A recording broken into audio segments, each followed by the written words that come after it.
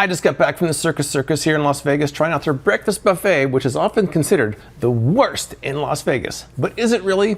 Is it really? Is it as bad as some of these reviewers say, or are they just hamming it up for the camera? Today I wanted to find out if the Circus Circus Buffet really deserves that reputation. So I went down there this morning and here's what happened.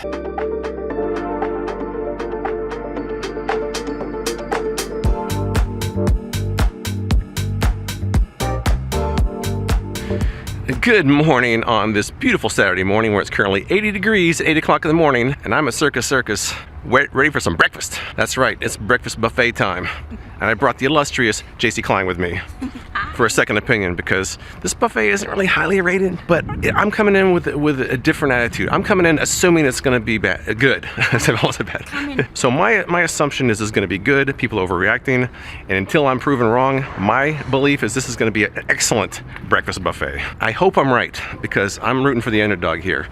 Although this buffet was rated the worst buffet in Vegas 7 years in a row by readers of the Review Journal, but that doesn't matter. It might still be good. Let's go inside and check it out. Pretty empty here today.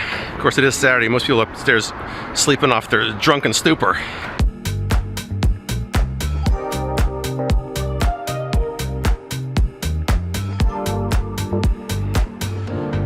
Got your old school 80s railing there. That's kind of cool. Now keep in mind, there's only a few buffets left here in Las Vegas, and a lot of them are only open for breakfast. I arrived a little after 8 a.m. and it was empty. Doesn't look overly crowded in there. I'm walking toward the most delicious breakfast buffet I've ever had. It was 25 bucks per person plus tax, making it about 60 bucks for the two of us. The first thing I wanted to do was check out the offerings. It was pretty standard breakfast fare with eggs, waffles, bacon, toast, along with things like biscuits and gravy, country fried steak, chicken patties, and sausage. There were also a few pastries at the end. Now for drinks, they had soda, coffee, tea, and juice. Now Jacey and I have very different techniques when it comes to going to a buffet. She likes to load up one plate with everything. I like to go back and forth with a little bit at a time. So what else did you get, Jacey? I got pretty much everything. You got all on one plate. I got eggs, bacon, biscuits, chicken, gravy, sausage, and french fries. I had to try the eggs because that's like the baseline. Yeah. The bacon looks a little bit, I'm not sure if it's cooked as much as I like, but we'll see. I started off with the bacon and eggs, which was good news and bad. The bad news is that the two things I wanted the most were the worst things I tried. The good news is that's as bad as it got. The eggs were kind of cold, the bacon was kind of greasy and a bit limp and chewy. My thinking was if you can't get that right, it might only be downhill from there, but I was wrong. All right, so far the only real issue I've had, these are all on the cold side. Cold. Some people like bacon to this level, but I'm not sure I really do. It's not that warm. Do you think the bacon was a little bit not as crispy as you might like? It's not crispy. Maybe, but no, I think it's fine. People like this type of bacon. So really no complaints other than that I wish the eggs were a little warmer. These could be warmer, yeah. Those could be crispier, but otherwise not a disaster. Yeah, not a disaster. Yeah. They had chicken patties and country fried steak. I wasn't expecting much from the chicken patties, but they were probably our favorite of the bunch. Now the chicken, that's good. That's good. And the sausage came out good too. What's the favorite thing you've had so far? The favorite thing I've had so far would have to be the chicken that you had. My chicken. Your chicken. What's the least favorite? Least favorite would probably be the eggs. They were definitely the worst for me. I just wish they were a little warmer. Other than that, they're edible, they're okay. Just not warm enough. Yes. Yeah. Now I didn't think the country fried steak was that great, but I took a little bite of what Jacey had. Country fried steak. I'm not a fan. Really? It's a bit dry too. Oh. Okay, so I wasn't a fan of that one either. The waffle fries were interesting though. They looked almost like sweet potato fries, but they were white inside. They also had a coating that was sweet and a bit syrupy, almost like a maple or a breakfast style seasoning. And these things are really interesting too. They're like French fries, but they have a sweetness like syrup to them. Mm-hmm. These waffle fries are interesting because there's like sugar on them. They're sweet. Like syrupy. It is syrup, I think. I don't know if I loved them, but they were a nice addition to the breakfast menu. Something else to point out was the vibe in there. It was completely dead and silent.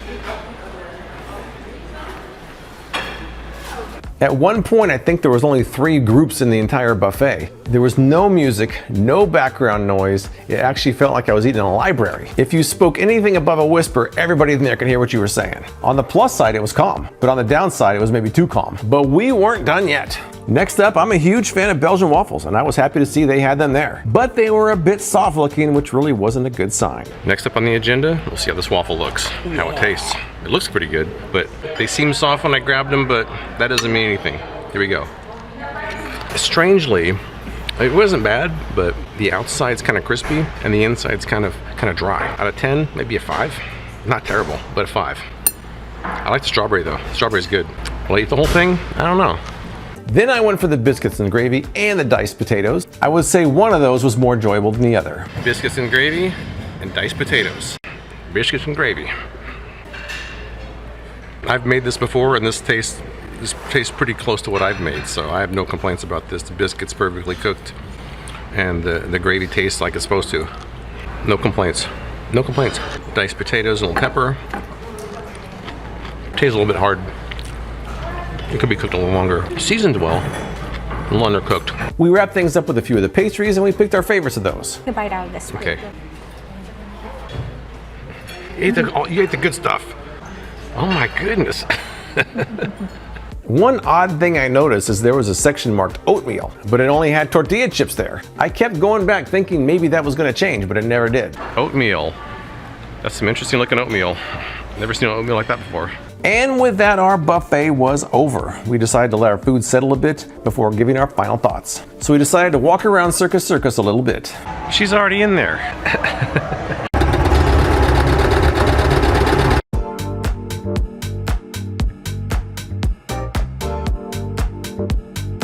Look at that hanging by a thread, literally. Popcorn ceiling. Very modern. When this place was built in 1968, that clown was the biggest thing on the strip. Now you barely even notice it. But I will say, he looks pretty good for his age. We're the same age. No crow's feet, no wrinkles. Looking pretty good, buddy. All right, I think the final verdict is I don't know if it was that bad. What do you think? How do you feel? It was not bad at all. I really enjoyed my experience. Is your stomach gurgling? No. Any stomach pains? No. Okay, well then what do you complain about, people? This place is fine. I will say though that 60 bucks for what we got, it's a little on the steep side. I mean, you could have probably gone to Denny's and gotten, maybe not all you can eat, but you could have gotten the same thing or better for the same price or less. But on the other hand, this is the Las Vegas Strip. Nothing's cheap out here. To get a cheapish meal, that might be as good as gonna get these days. But I'm gonna head home and see what I can get up to next.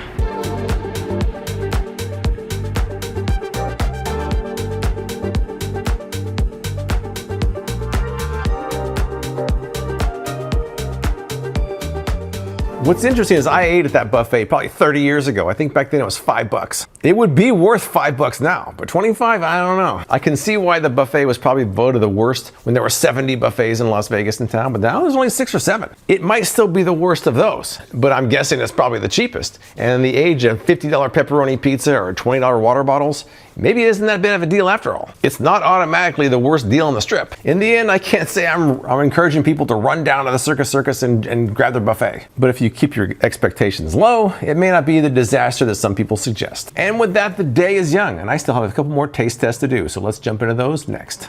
All right, the buffet might be over. We got more taste tests to do. Back to my bread and butter, the snacks category. We have 2 new flavors, both of them by request. From Discord, thank you, Sarah. This is the Oreo limited edition Firecracker Pop. And my son Brandon requested the next one, which is the Pringles Italian Meatball. I think they both just came out. I don't know anything about them. First up, we'll go with the dinner flavor and then we'll go with some dessert. I believe the Pringles Italian Meatball is tied in with the World Cup. In fact, it says it up the top here. You know, sometimes the packaging tries to describe what the flavor is, maybe to convince you that's what it tastes like. But in this case, it doesn't say anything. I don't see any description of what this flavor is supposed to be. I guess other than just Italian meatball. But here we go. Now, at first sniff, it just smells like a Pringle, but deeper sniffs reveal a few more nuances. It's hard to tell. It's very faint. The chip itself looks rather nondescript. Nothing special about that. Here we go, first taste. The first thing I'm getting is a bit of a tomato sauce finish to it. Do I get meatball though? I get tomato sauce. Now I'm not sure about meatball. I keep eating because I'm not sure. I wish I had tasted this before knowing what flavor it's supposed to be. I would not be able to guess. But now that I know what flavor it's supposed to be, I guess there's like a hint of meat. It's a meat hint, but it's more tomato at the end. But the main flavor is just regular Pringle. It's a regular Pringle with a little bit of extra on there, some tomato at the end. And in a way, I guess I'm glad that it's kind of on the mild side, because you went heavy on a meat flavor on a chip, I don't know. But to me, it's pretty good. Will I buy it again? Would I want it to stay? It's not bad. It is pretty tasty, actually. I do kind of like it. I'm trying to pick apart the flavors. The overall flavor profile is pretty good. I'm not sure I get Italian meatball. I get some tomato paste and some other things. I would buy it again. I'm not sure I'd call it Italian meatball though, but I would buy it again. I think this is only a limited flavor, so if you want to try it out, you better grab it if you see it. But let's move on now to the Oreo Firecracker Pops. These are definitely limited edition. And this one does describe it on the packaging that says, blue raspberry, lemon, and cherry flavor cream. Artificially flavored, of course. That's really about all it says. It does say it's limited edition. 2 cookies are 180 calories. Wow. 1 cookie is 90 calories. The packaging is very nice though. It's very attractive packaging. Does it taste like a firecracker pop? Let's see. That smells like an ice cream truck. That's what it smells like when they open up their window. It's like sugary, kind of cotton candy. There's a lot of artificial sweetness wafting out of this thing. Let's grab one of these out of here now.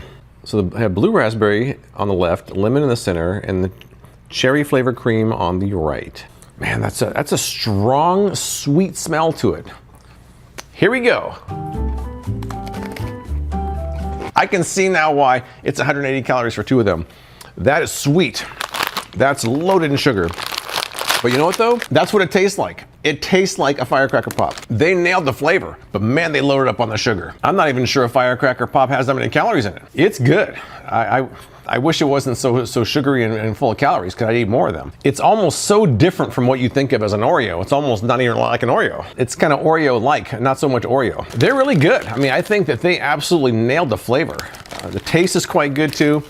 But I couldn't eat a lot of them because that's a lot of sugar. I think for what they're trying to accomplish, they absolutely nailed it. And with that, my eating today is over. I'm gonna go out and see what the rest of my day will find, but it ain't gonna be food. Current temperature is 97 degrees, that's right. That sounds hot to some people, but that's where I like it. I like it cooler, but I don't mind 97 either. I could go for a cold drink right now. But you know who won't be getting as many cold drinks? Customers of McDonald's, that's right. Remember a couple years ago, they announced that they were gonna start phasing out their self-serve drink machines ending in 2032. And nobody really thought a lot of that until they started removing the machines recently. Now people are not so happy about it. Now they say that it provides a uniform experience across all the different ways to get food from them with the app or drive-through, and I don't believe it. I don't believe that. The Wendy's over by my house used to have that. I couldn't stand it then. In fact, there were times I avoided that Wendy's just for that reason. So you go to a McDonald's, you're gonna have to go over the counter and flag someone down. There's usually never anybody at the front counter. And the other thing they said is that it's gonna be up to the individual store if they even allow refills. So you may go to McDonald's and not even get refills. How is that a better customer service, McDonald's? You know, I've been a stockholder for a while. I might phase you out. You phase out the drinks, I'll phase you out. I'm very particular about how much ice I put in there. I'm particular about, I always mix. I don't always put just one flavor in there. It's always a mix for me. To me, I don't like that. I don't want to have to go to the counter, hope someone sees me or doesn't ignore me. You know, I have to cut in front of other customers who are waiting, flag someone down to get a refill that it isn't done the way I'd want to do it. I don't know of any customer who says, oh, that's a great move. That's a great move. Now I have to wait for someone to do my drink for me. What will it take for them to change their mind about that? Probably nothing. I don't know if customers are going to really be outraged enough to not go there anymore. They kind of have a stronghold in their lane. I think it's a bad customer service move. Maybe there's some financial reason for it. That whole consistent experience is BS. I don't believe it. But it's going to be interesting to see what happens. I guess stay tuned for that.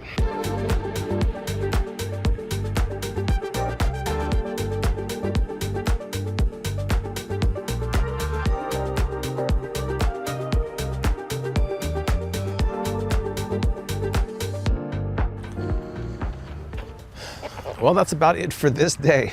You know, I was editing some video earlier that I shot today, and I noticed that on the Oreo package I opened from the side, that triggers people. I always forget about the flaps, so forgive me if you're someone who's triggered by the Oreo package being opened from the side, but I often forget. But I hope you enjoyed the unusual format of this video. This isn't my normal format if you're a new viewer. I guess I need to follow McDonald's lead and have a more consistent user experience. Forget that. And forget McDonald's taking out the self-serve drink machines. I'm still salty about that. I always will be. But I'm not going to be salty the rest of the day. I'm going to enjoy this beautiful evening and call it a day. But if you've eaten at the Circus Circus Buffet, let me know what your experience is in the comments below. Appreciate you watching, and I'll see you next time.